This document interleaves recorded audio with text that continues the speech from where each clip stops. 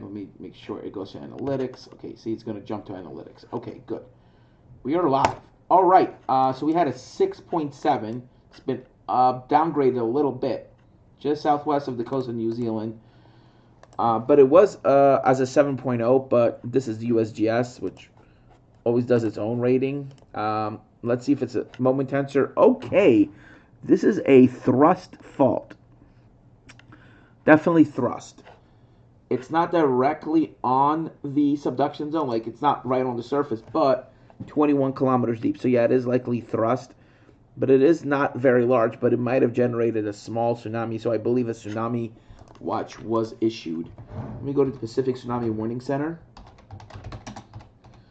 Tsunami Warning Center. Let's see if there's any issuances. I think we do have a watch or advisory in effect. Okay, no. Okay, earthquake. No watches, no advisories. Let's check. Okay, no watches, no advisories. It looks like. Nope. Magnitude 7. There we go. See, it's a magnitude 7, not a 6.7. So it's a 7. Tsunami.gov. Well, the saying goes, all is quiet on the Eastern Front. No tsunami warnings right now. No advisories. That's good. We want to see that. We do not want to see a tsunami. If Iwo Jima goes, there's going to be some big tsunamis along the Japanese coast, along the Pacific coast, similar to what happened with Hunga Tonga and Krakatoa. What will generate the biggest tsunamis from Iwo Jima will be when the volcano collapses into a caldera.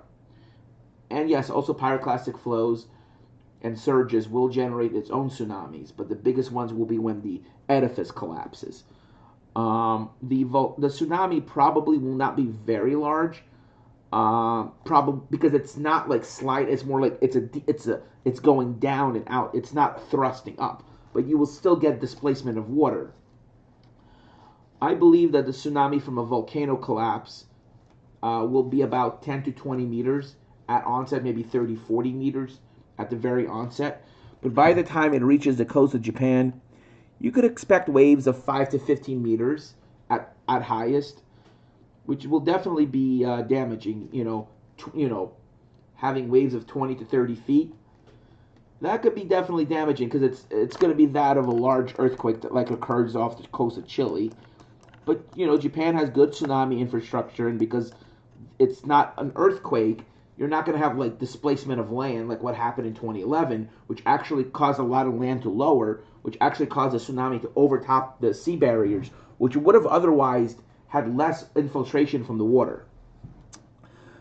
But I do believe it will still cause tens of billions of dollars in damage. Infrastructure, you'll probably have fatalities.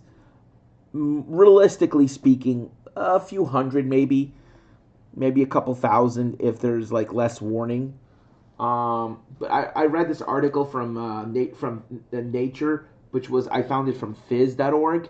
They said that could be quote unquote millions.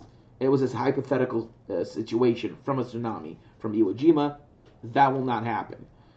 From what we know about Hunga Tonga volcanic tsunamis, they're big, very large when they first happen, but then they are very small because the displacement of water from a subduction earthquake is much larger because you're getting basically 100-mile long slab of concrete or of bedrock that is being thrusted upwards. The amount of land that's in a volcano is much smaller compared to a 100-mile slab of rock that's being thrusted upwards almost 100 feet. That's going to cause a much bigger displacement of water than, say, a small volcano the size of Iwo Jima collapsing into a caldera. You're still going to get a tsunami. Like trapdoor volcanism from a submarine eruption did cause a small tsunami last year. But there was also an underwater eruption with Roang. There was a vent that erupted underwater about 10 miles northwest of the erupting volcano. Or 10 kilometers, I think it was. And it generated a very small tsunami while the cone itself was not erupting yet. But a couple hours later, Roang went full Plinian, and it was a very high-end VEI-4. Geology Hub, Tim from Geology Hub estimated 0.9 cubic kilometers from the second Plinian eruption. Altogether, all told, it was a low NVI5, even not counting the Vulcanian one that happened a few hours after the Plinian eruption. Why did that submarine eruption happen? I believe that there is a very large underlying magma chamber that underlies those three islands of Tagulandang, Roang, and another island to the northwest. I believe it's all part of a very large magma chamber, and it has the potential to go caldera, the entire system. And it may actually be a submerged caldera or a developing one that has not gone caldera yet. I believe there's a large underlying magma chamber. I would estimate between 50 at the very least to as much as 300 cubic kilometers. Or not a single magma chamber or magma pockets. There's just a lot of melt down below. It could be spread out in individual pods or in a single massive chamber. I believe the pod theory is more likely. And, sometimes it could coalesce into a chamber or like a massive melt. Some volcanoes do have chambers, which is why they collapse into a caldera. While some volcanoes, it's more like individual pods or very deep down below. Like even in a chamber, like some areas, it could be like a mushy melt, where some areas are magma, like melty, and other areas more solid, just rock. And it's the increase in heat that generates the melt. So it's not really a chamber, it's more like a coalescing of rock. And when that empties out, that's why you get a caldera. That's speaking of volcanoes. Right now we're going to be looking at Spurr. S-P-U-R-R. We're going to be looking at Spurr. Going down to Spurr. Spurr. We might have passed Spurr. I don't know what Spurr is called.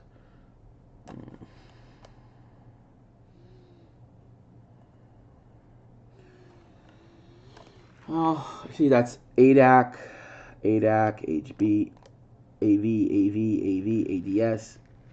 You could just look it up. Just save some time.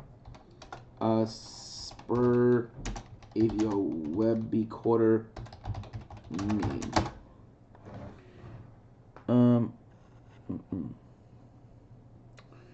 No, it's not swarm.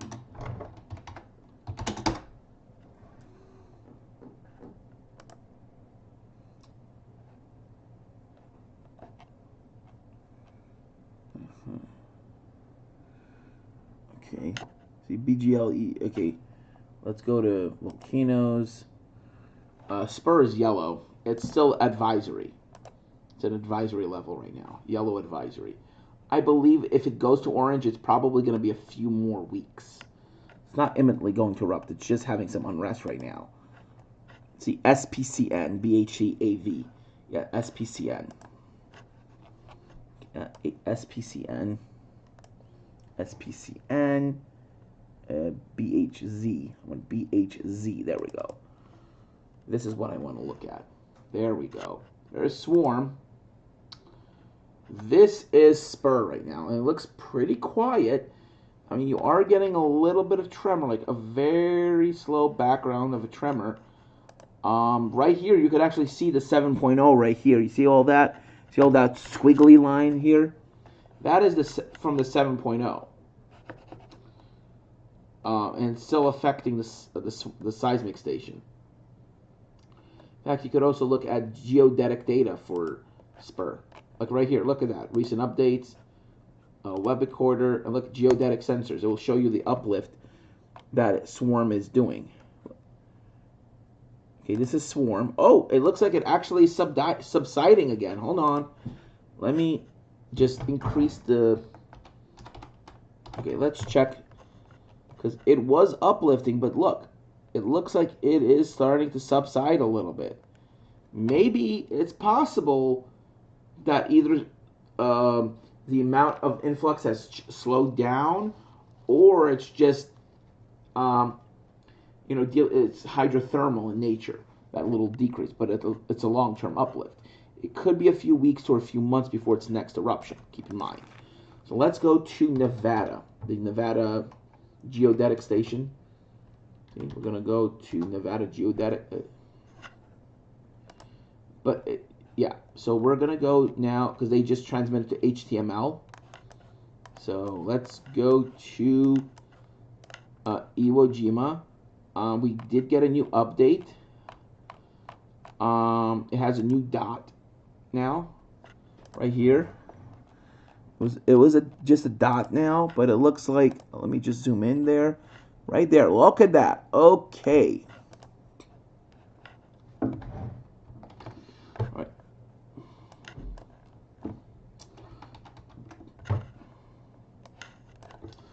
What does this look like here? Okay, it looks like, yeah, but look at that. It kind of looks like it's trying to go up again. Yeah, if you want to like smooth this out, yeah, it's definitely going up. It's definitely increasing in elevation. Yeah, I mean, this is a pretty rapid increase in elevation because keep in mind, from here to here might not look like much, but that's 4,000. That's 2,000 millimeters. That's 2 meters of uplift. So from here to here, you're looking at, let's go from here up to about here. You're looking at about, I would say at least 100 millimeters of uplift. At least maybe 200-300. So yeah, that's pretty rapid. And then now it looks like it's bulging up again, like it's starting to increase. But there was like a gap in measurement data. Right here, there was a big gap. Now let's go to another station now. Let's go to the one that's off the coast. Let's go to J604, which is right on the coast. Okay. This one is okay. Yeah, this one has not really been updated yet, but it does look like, yeah, it's pretty stable. You're getting more uplift on the northwest side, which in the book I read is the part that might actually erupt.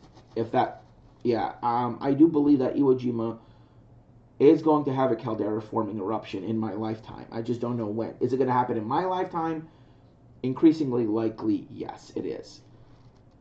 Keep in mind that since James Cook discovered the island, Captain Cook discovered the island in 1775 until 1945, it has uplifted faster between 1945 and now than between 1775 and 1945. Oh, Johnny's calling. Hey, Johnny, I'm live on YouTube right now. You probably saw. Oh, you are? Yeah. Johnny, do you know there's going to be a severe weather outbreak, a big, pretty vast area on Saturday? Yep, I do know now. Oh, and I'm going storm chasing. When? Not until end of May, beginning of June. It's going to be a few months. Oh, yeah? Oh, yeah. Guess who's got on the house today? Chris. Nope. Game warden. Why did he come to your house? But it's a person. Johnny, you're live on YouTube telling me this about the game warden. No, it's all good. So what? No thunderstorms forecast? Well, anyways, so Donnie told the game warden about how I like the game warden and they're kind of law enforcement, all that stuff. Johnny, why don't you become a game warden? Well, Johnny, you should do that. You have a high school diploma. You can do that. Yeah, I could. I could be like a game warden assistant. No, just be a game warden, Johnny. Or if you want to go to school, if you want to go to college, you can do national weather. Well, actually, no, that's math and physics. That you need calculus for that. I mean, here's the thing, Johnny. I dropped meteorology for a reason. Not because of meteorology itself. No, it was I had to do math and physics exams, closed book. Oh yeah. Yeah. Oh yeah. Guess what's out tonight? Out? I am not making this up. Alligators. Oh yeah, big time. I saw 3 out. Well, there was one over in this corner, but he booked it to somewhere else. Somebody's gonna have some good gator nuggets. I love gator nuggets, but here's the thing. You don't want to overhunt them either. You need gators. But You do know that you need, first of all, you need a license to hunt these. And also, I two, was vegetarian for 10 years. You know, it's so much better for the environment to hunt and fish your own food than to eat beef. You know, beef is one of the biggest contributors to the climate crisis. never knew that. No, the cattle industry is horrible. Horrible for the environment. And not only is it horrible for the environment, the way they are treated, like their whole life is just nothing but suffering. Yep.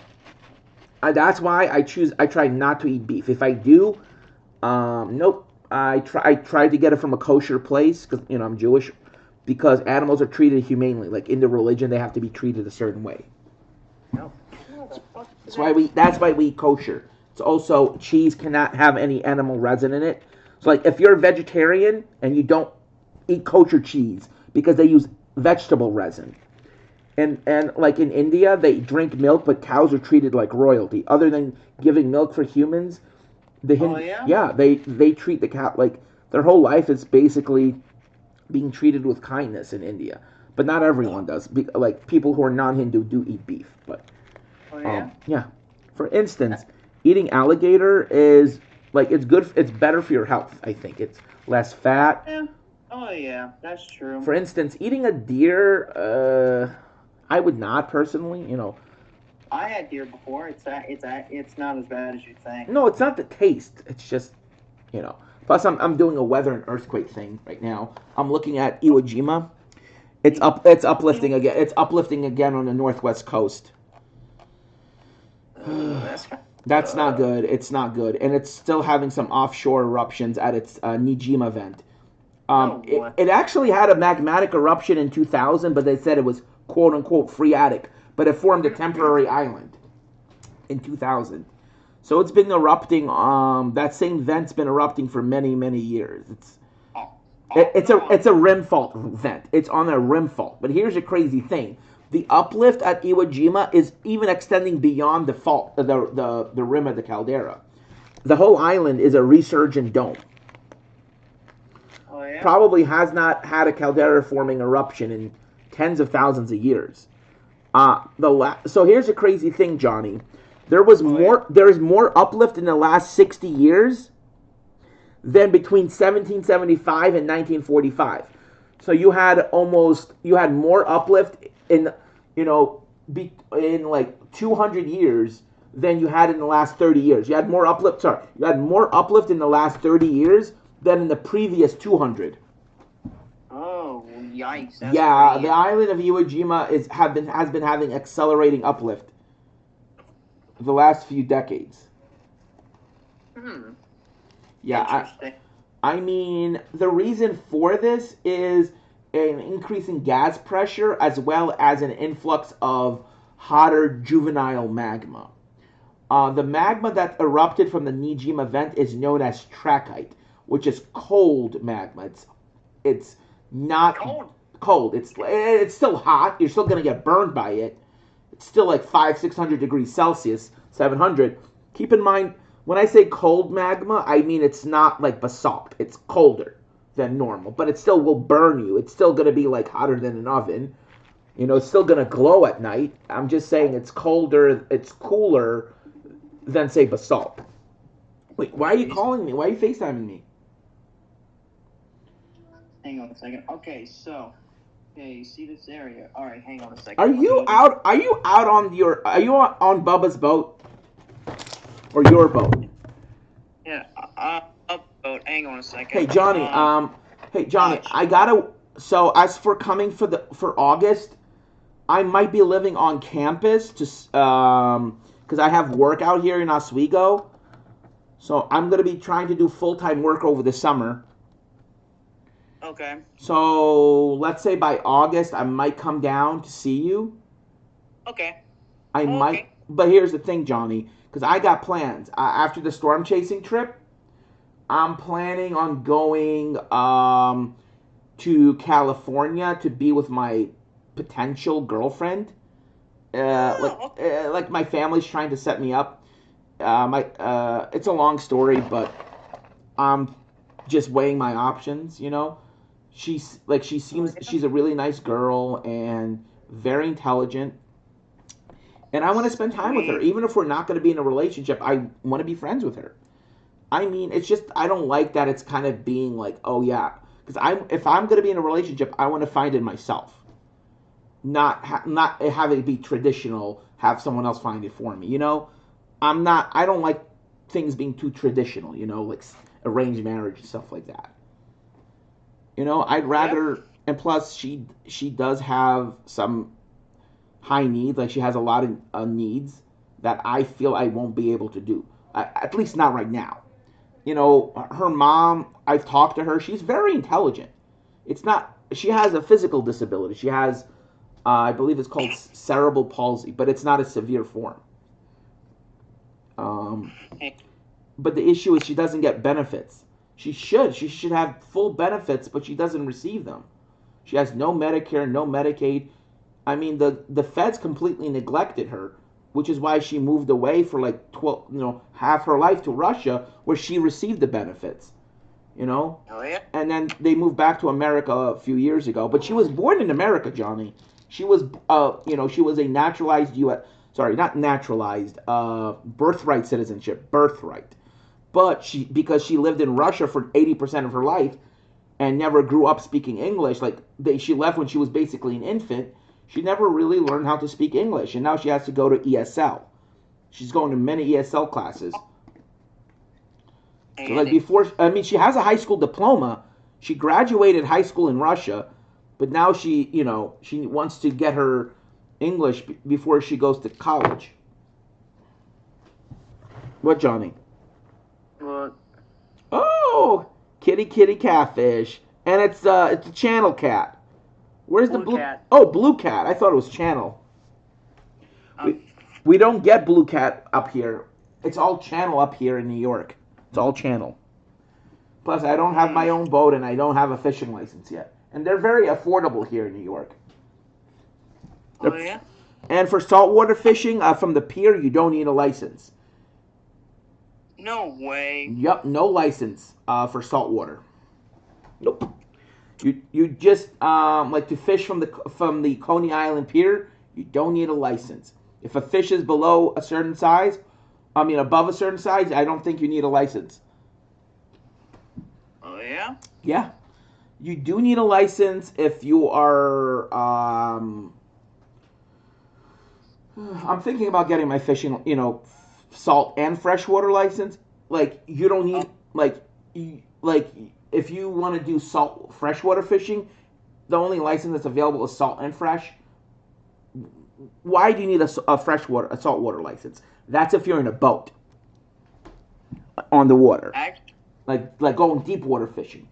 You need because New York's territorial waters extend out beyond 100 nautical miles. Anyway, there's going to be an outbreak. I'm looking at the Storm Prediction Center right now. Day 5 and 6 looks. Day 6 and 7 looks pretty bad. Yeah. So yeah, big 15%. You're going to be south of it. It's going to be mostly Arkansas, Tennessee. It does have the potential, Johnny. It has the potential of being a really bad outbreak because of the size and scope. It has the potential of being a really bad outbreak. Potential. I'm thinking the worst impacted areas would be Alabama, Mississippi, Tennessee, and Kentucky. This could be a super outbreak. It could be. Well, not a super, but it could be a bad outbreak. I can't use College of DuPage on my computer. Well, I can, but it takes 20 minutes to load because of the Wi-Fi. It doesn't really work on the school's Wi-Fi. The meteorology department's been trying to work on that with the school's Wi-Fi network, but they can't seem to figure out the problem. Johnny, do you want to say anything to my viewers? You're live. What's up, guys? How you? Right now, there are only two likes. I got 2 likes. And I might be playing Roblox tonight. Oh, all right, because it was all caps. You know what he used to say? Everything is okay with a fake grenade. It used to do that. Everything is okay. A grenade with a sticker that says everything is okay. It was so funny. They should do that again. This is so boring. I'm gonna call the College of DuPage and tell them that they should go back to doing that again. Doing what? The old. Oh, you know, I'm friends with Roger Hill. Who's that? He's a storm chaser. Oh yeah. He that's was pretty there odd. during Joplin. He was leading a tour. They almost got hit. Like they literally were almost in the. They were in the path of the tornado. They literally had to like escape for their lives. They had to flee the tornado. They were there on May 22nd. It was bad, Johnny. It was bad. They were seeing power flashes and everything. They were literally like less than 2 miles away from the tornado. Well, not 2 miles, about 3 miles away from the tornado.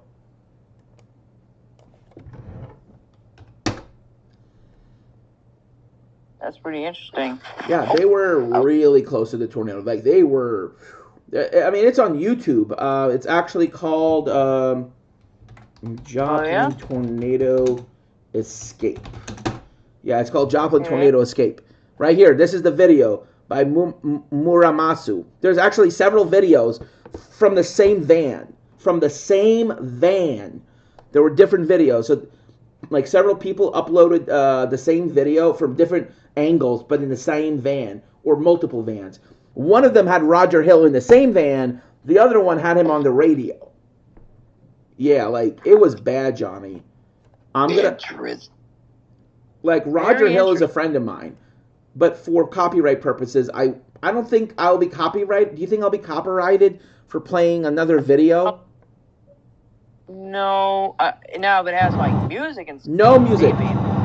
No, this is completely free use. Like, this is free use. This is, because I'm giving you a description. Like, Fair use. Yeah, fair use, basically. This is fair use. You hear that? That's Roger Hill saying to the southwest, there's a big tornado. He says we got to get the hell out of here. He doesn't say out of here. We got to get the hell out of here. Get the hell out No, of there. get our asses out of there. Now remember, get our asses out of there. That's what he said. Hold on, listen. Yeah. And the south side of Joplin was completely destroyed, Johnny. It was bad.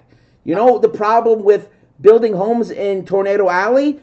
They build them out of wood. They don't use brick. They don't use concrete. They build these factory homes, these complexes, out of freaking plywood, and then they make it look like it's a big, strong house when it's literally flimsy. Flimsy. Oh, we got to lower construction costs. Yeah? At what cost? Cost of people's lives. You could actually build really strong homes using lumber. Like there's this lumber process that makes homes stronger than concrete. And it's really good for the environment too. It's figured. No. Not regular lumber. It's a new technology. Stronger than concrete lumber. Stronger than Hey, and guess what? I might be coming to New York next year. Why to New York? Well, why do you think? Because of me? Yes. But I don't have my own place. Oh, forgot. Yeah, and like it's not like your place where you have like living room. It is a 4-bedroom, but all the rooms are occupied. I mean, there is a couch, and my family ain't the most. Yeah, right. And they speak mostly Russian. No, they speak English. Oh, they do? My mom speaks English very well. Like, my family's very controlling. Like, they will be on your ass if you're, like, on your phone late. Yeah, my family isn't, like, laid back or anything like that. They're really, like... Johnny, they sent me to a special ed school and then had me live in a group home for 10 years. Why? Because of ableism, Johnny. My family... And they're Trump supporters too, but they are authoritarians. They like Trump because because they like authority. They like control, like just being controlling. I'm glad that your father is like. You do know that my dad stopped supporting Trump, right? That's exactly what I was saying. He tore it in the trash. Do you want to know why he hates them? National Weather Service layoffs. Yep. Why? Your dad is a man of science. Guess what party he should support now? He's not. If you think about it, he's going to support. He's not going to. You do know that there is an actual account on Twitter that's literally called Republicans Against Trump. Right. You know that, right? But you know why your dad supports the GOP and not Democrats? It's because of one issue in particular. What? The LGBT stuff. That's why. Yeah, you. If it wasn't for that, like Johnny, if he's got to look past that. Just because he doesn't support the LGBT community doesn't mean he should be Republican. The Republicans stand for, like, literally corporations over people. For the rights of the rich over the poor. Johnny, your dad is like he's a worker. He should support the left, socialists. You know, the right to collective bargaining, unionization. That's the Democrats, huh? I don't think he's going to do that. Here's the crazy thing: the Democratic Party is actually very libertarian in civil rights. You know, libertarian. Mm-hmm. Like all this stuff about like LGBT rights, human rights, this is very libertarian. And a lot of people on the right, anti-authoritarian right, are also libertarians. But that's right-wing libertarianism. For example, there is something called libertarian socialists, which are left-wing. That's more in terms of worker rights. That's collective bargaining, worker syndicates. You know, like for example, my Amazon DSP New York joined the Teamsters. We joined the Teamsters. But here's the thing about the Teamsters. This isn't your own worker syndicate. This is joining this big mega union that's led by somebody. So it's definitely a damn dyslexia. It's a hierarchical union. It's a hierarchy. So the issue with that is it's not really collective bargaining. You got to pay union dues. You got to let somebody else advocate. Like, come on. No, you got to advocate for yourselves, not have some union boss. I mean, he's a good guy. Don't get me wrong. It's just that the structure isn't very democratic. But because of Joe Biden, and the advocacy of the Teamsters, they have a really good contract now. In 5 years, you get top pay is $45 an hour. No way. And that would be base pay, meaning with overtime, you would be getting about $67 an hour. Like you'll be making more than some teacher, like government jobs. No way. Yep. I mean, in Europe, almost all jobs are like this. You don't have to unionize. Like in Europe, by law, all jobs, private sector or public sector, must provide workers with those benefits. Paid leave, overtime pay, especially on holidays. Free healthcare, because the government usually provides the free healthcare and education. But if you're working, your job provides that. So the government doesn't provide it for everybody. Like if you lose your job, the government will take over. So it's always going to be single payer. So here's the thing. A single payer system is actually great because it's either going to be the government that's paying for it if you're not working, but if you're working, it will be your job that's going to do that. So it's not going to be all on the government's, bill. In fact, the cost of medicine for a country like Norway, which is completely socialist in terms of healthcare coverage because it's for everybody, of their GDP, it's only 9%. And it's not because of the amount of people they have. It's because, here's the thing, America's GDP per capita is similar to Norway's. The real reason, Johnny, is because the government negotiate drug prices and don't let drug companies, run amok and say, oh, I'm going to charge $100 a pill. I'm going to charge $1,000 a pill. Yeah, that's the problem. It's corporate capitalist greed. That's the problem. Laissez-faire economic policies. It's what is causing greed and housing prices everything to be so off the charts. That's why you get all these derailments on privately owned track. Where do most derailments happen, Johnny? On the Northeast Corridor or in rural America? rural America. I Exactly. guess? Ever heard of the Palestine derailment? Yep. It was a Yep. freight train that happened on their tracks. It was privately owned. Northeast Corridor doesn't have that. Metra, which also runs on private track, privately owned track, doesn't really have that problem because it gets some funding from the government.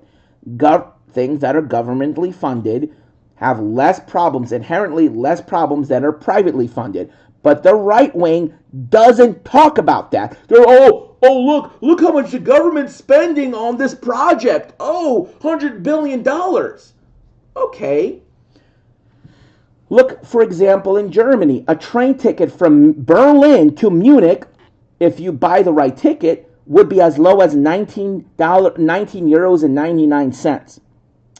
No A way. similar ticket, much shorter distance, by the way, going from Los Angeles to Las Vegas, when Brightline West is completed, it's about half the distance, actually, or even a quarter of the distance as from Berlin to Munich, would cost 5 times as much. A regular ticket from Berlin to Munich would cost about $70 or $80. Like if you buy the day of, it'll be pretty pricey, but not $100 something dollars. But a ticket from Los Angeles to or Rancho Cucamonga, which would be the first stop, to Las Vegas would cost a base price of $119. And it's only an hour and a half, 2-hour train ride. Isn't that crazy how expensive it is? How much more expensive it is than Europe? Because it's privately owned? Right. Yeah, I mean, Johnny, like with airlines, I understand deregulating the airlines, letting more airlines. Like, you've ever heard of the Ryanair effect? With airlines, that's one thing, doing ultra low cost. That's one thing. But with train travel, I'm sorry, but the rails got to be owned by the government. I'm sorry. If you want to run, freight tracks, do it on government tracks, And, they shouldn't have to pay a fee, maybe a small one. But of course, they want to make a profit. But I think the government should take over the tracks and upgrade them to be able to do high-speed rail instead of having to build completely new infrastructure or a new rail line. Just use the same right-of-ways or maybe expand them a little bit to save money. And then have the government take it over. That is, also in the nationalist interest. Nation. Here's what I believe in terms of nationalism. That the government should nationalize the railroads. Not the companies, just the rails. Just the rails, yes. Nationalize the rails and have the freight companies and the government be responsible for repairs. And, right. It should be not privately owned, it should be publicly owned. That's just me. That's what I believe. And that's what a lot of other people who believe.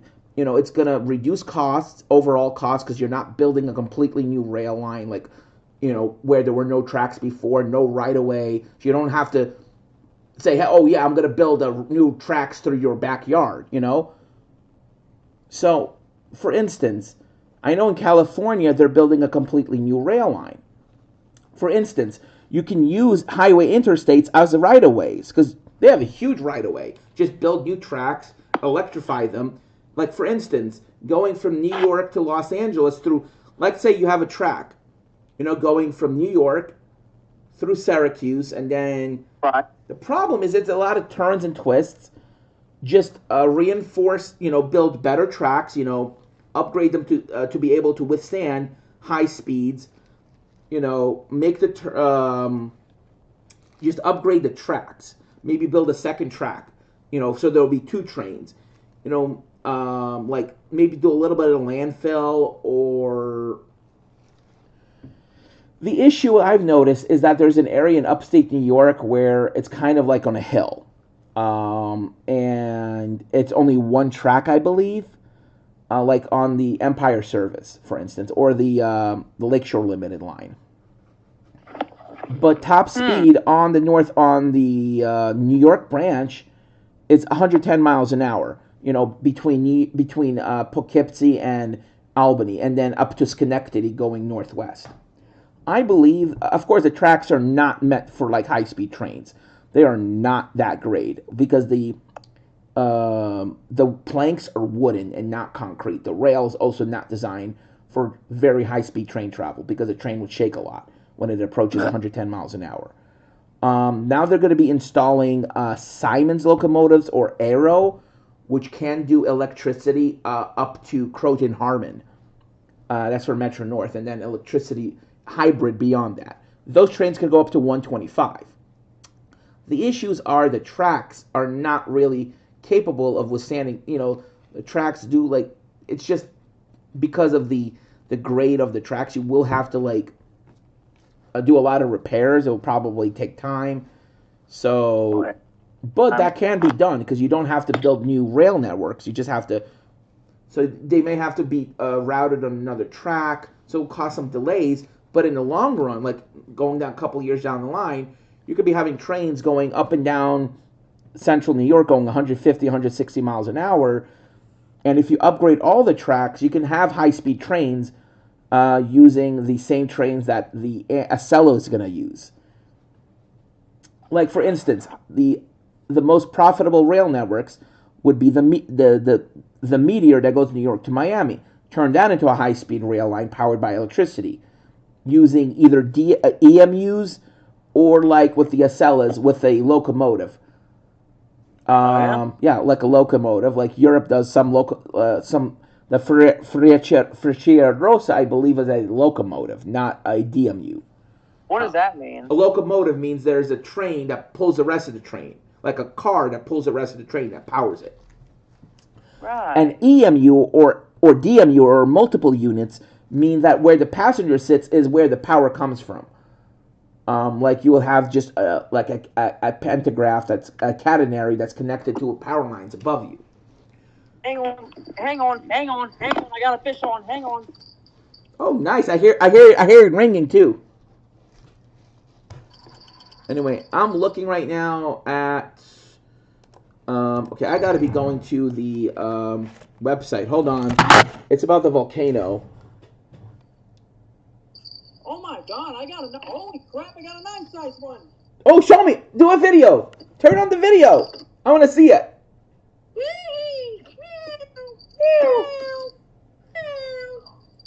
Oh, I hear it making noise. Turn on the video, Johnny. I want to see the fish.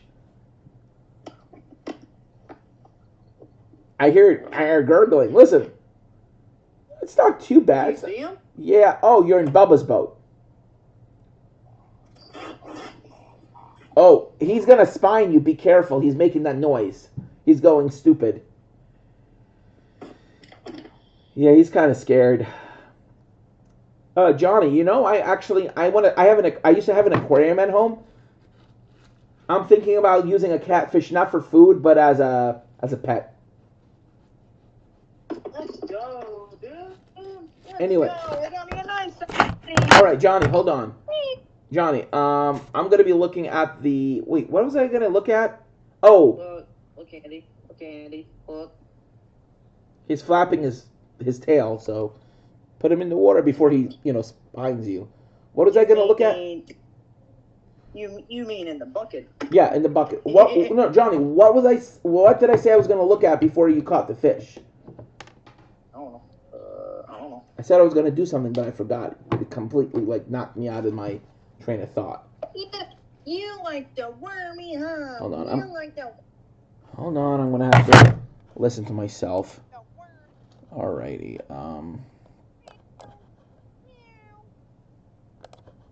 Not too bad. See him? Yeah, oh, you're in Bubba's boat. Turn on the video, Johnny, I want to see the fish. Hold on, it's about the volcano. Oh my God.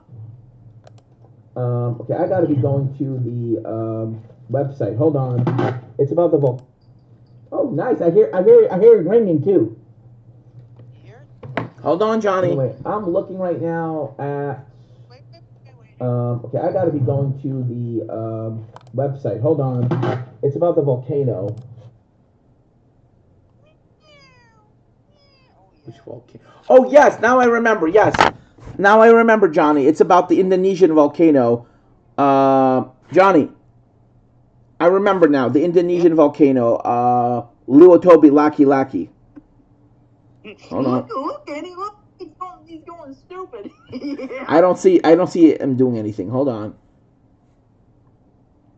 Why is there no water? I don't know. Makes them suffocate faster. That's not. Come on, don't do that to them. That scares them. Okay, Liwatobi Laki Laki, 1 to 200 meter. Okay, boom. Okay, Laki Laki is calming back down for now. But it went stupid the other day. My phone's kind of hot for some reason. I might be doing Roblox tonight with some of my friends, the storm chasing friends. Oh yeah, speaking of storm chasing. No, it's okay. Oh yeah, I gotta go. I'll talk to you later. I gotta go, Johnny. Yeah, I gotta go. We're on. Bye.